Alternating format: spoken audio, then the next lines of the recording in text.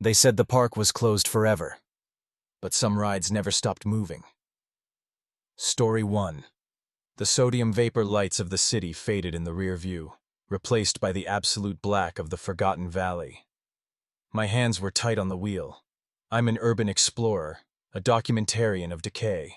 Tonight's target, Wonderland Park, shuttered for 20 years after a fatal accident on the Havens Descent log flume. My camera bag sat on the passenger seat, a hollow comfort. We cut the chain on a service gate with bolt cutters that sounded obscenely loud in the silence. Me and Leo. He was all bravado, but I saw the way his flashlight beam trembled over the cracked asphalt of the midway.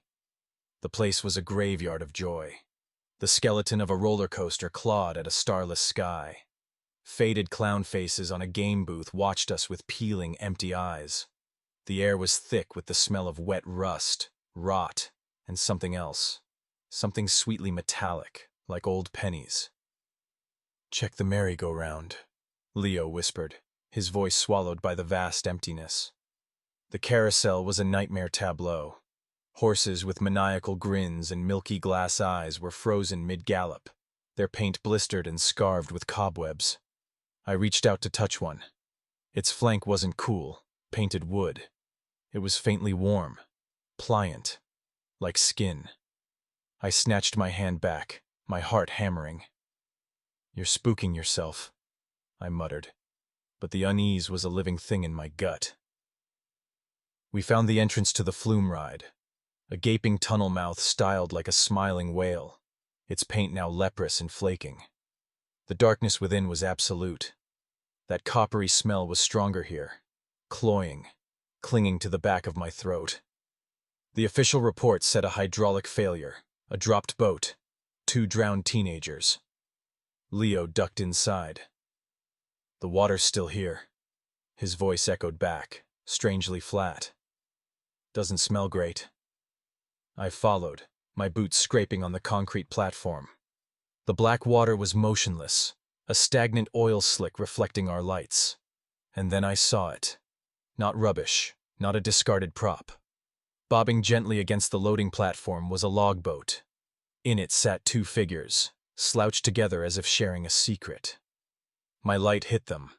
They were withered, mummified by the strange chemical air. Their skin was dark leather stretched over bone, but they were fully dressed in the ghost of 90s fashion. Acid-wash jeans, a faded band t-shirt on one, a flannel on the other. Their hair was brittle straw. They were the missing teenagers. They hadn't been removed. They'd been left here. "Leo," I breathed, my voice a strangled thing. "We need to go." "Now." He didn't answer. I turned. Leo was 10 feet away, staring past me, his face a mask of utter terror. His flashlight clattered to the ground, its beam rolling across the water to illuminate the far wall. They weren't alone. Dozens of them, maybe hundreds. Logboats, bumper cars from the old Autopia, even a swan-shaped paddle boat, all drifting silently in the expansive underground pool. And in every seat, a desiccated form. A security guard still in his uniform. Explorers like us, with backpacks and cameras. A man in a suit, a briefcase clutched in skeletal hands. The park's missing. All of them. Preserved. This wasn't an accident site. It was a larder. A low, groaning sound reverberated through the tunnel. The sound of immense, rusted machinery grinding to life after decades of silence. The water began to ripple. The boat containing the 2 teenagers began to drift slowly forward on a preset course, towards the first drop into the deeper dark. From the darkness ahead, where the first descent plunged into the earth, something wet and massive shifted. I saw the water level near the drop recede, as if some immense mouth had opened beneath it, inhaling. The coppery smell became a suffocating tide. This was no hydraulic failure. The ride had always had a different appetite. Leo was paralyzed. I grabbed his arm, yanking him backward. We fled, scrambling up the tunnel, our screams echoing against the relentless groaning machinery. We didn't stop running until we were back in the car, speeding down that dark road. The image of that slow procession of boats feeding the darkness burned permanently behind my eyes. I never told the police. What would I say? Sometimes, in the dead of night, I can still smell wet rust and pennies. And I see them. Not as corpses, but as passengers, still on the ride, forever. Story 2. The air in the old park was thick and heavy, tasting of rust and forgotten rain. My boots crunched on a carpet of broken glass and dead leaves as I swept my flashlight beam across the carcass of the Ferris wheel. Its gondolas swayed in the wind, creaking a mournful tune. Me and Leo, we'd been doing this for years. Urban exploration, documenting decay. But Elysian Fields Amusement Park had a reputation. A bad one. We'd heard the stories, of course. The usual stuff. A worker died during construction. A kid vanished from the haunted house ride. Standard campfire tales to keep teenagers out. But as we slipped through a tear in the chain-link fence, the silence felt different. It was a vacuum, sucking in sound until all I could hear was the thump of my own heart. Leo was all bravado, his camera flashing. "This place is gold, man. Pure gold." I just nodded, my own light catching the peeling grin of a clown on a ticket booth. Its eyes were hollowed out by rot, making it look like it was screaming. We decided to check out the main attraction, the grotto. It was a log flume ride that plunged into a faux mountain, a tunnel of darkness. The queue snaked through plastic caves, now littered with debris and what looked like old, mildewed costumes. The smell of stagnant water was overpowering. The entrance to the tunnel was a gaping maw. The logs were still there, frozen on their conveyor, half submerged in black, slimy water. "No way we're getting in one of those," I said, my voice barely a whisper. "Relax," Leo chuckled, though it sounded thin. "We'll walk the service catwalk. It runs the whole length." He was right. A narrow metal walkway, slick with condensation, clung to the tunnel wall just above the waterline. We stepped onto it, the metal groaning under our weight. My light did little to pierce the absolute blackness ahead. The beam would catch the glint of a giant mechanical spider or a plastic dragon, all covered in a fuzzy white mold that made them look like corpses wrapped in fungus. Then I heard it, a sound that wasn't us. Splish. It was soft, from deep inside the tunnel, like a single drop of water falling into the pool. We both froze. "Rat," Leo said. But he wasn't moving either. Splish. Splash. This time it was closer. A deliberate movement in the water. I swung my light. The beam danced over the stagnant surface, catching ripples expanding outward. Something had just submerged. My throat went dry. "Leo, we need to go. Now." He didn't argue.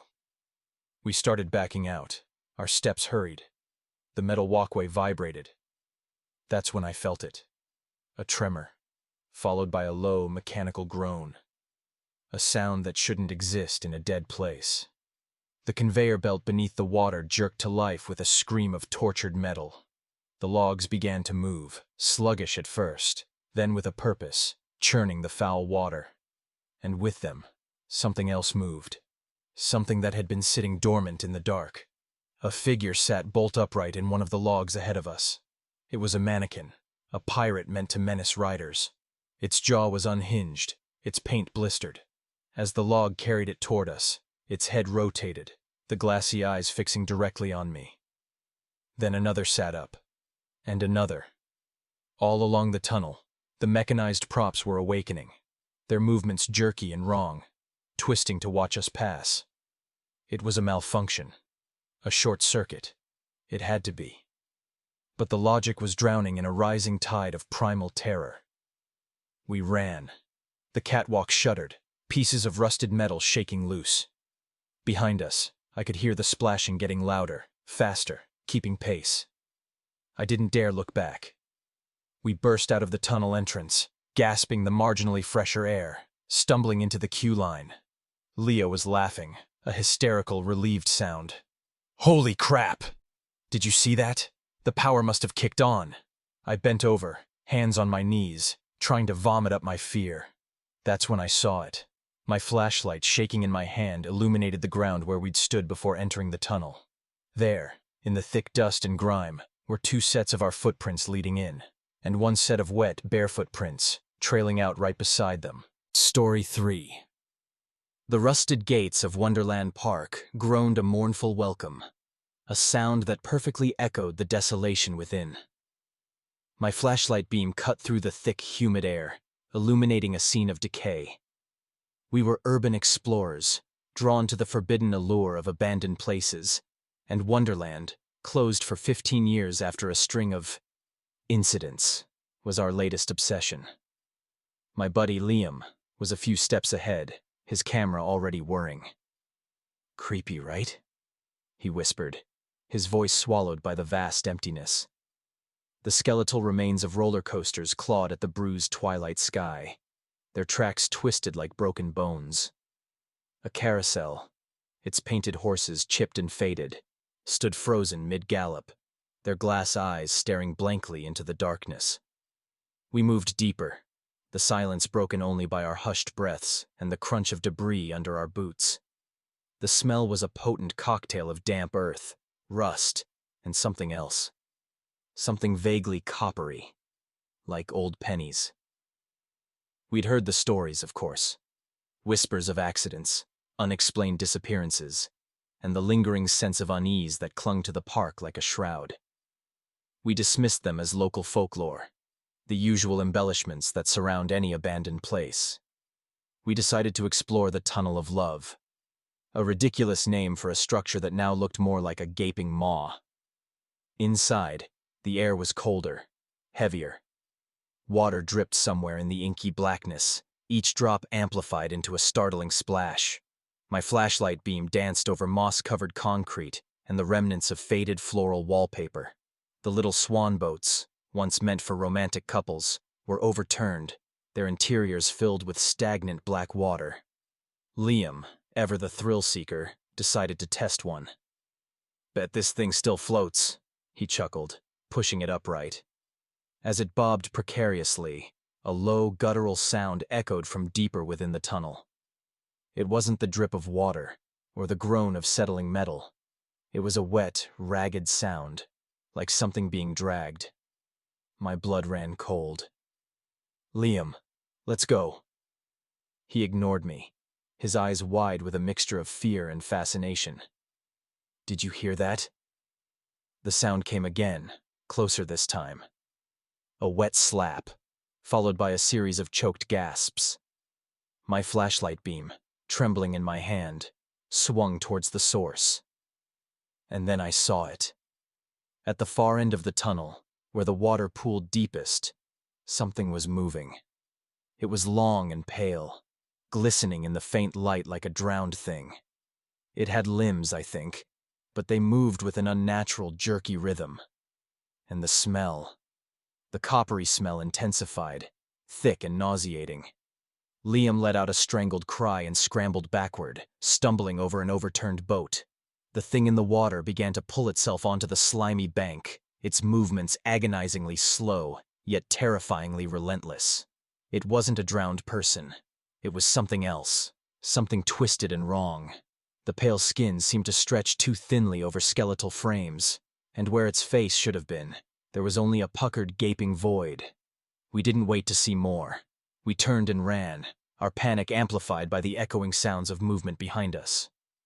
We burst out of the tunnel, gasping for air, and didn't stop running until we were back at the rusted gates, fumbling with the chain lock. As we scrambled over, I risked a glance back. The entrance to the Tunnel of Love was shrouded in darkness, silent once more. But I knew, with a chilling certainty, that we hadn't been alone in Wonderland, and that the coppery smell, the smell of something decaying and unnatural, would forever be etched into my memory. We never went back. Some places, once they've been forgotten, are best left that way.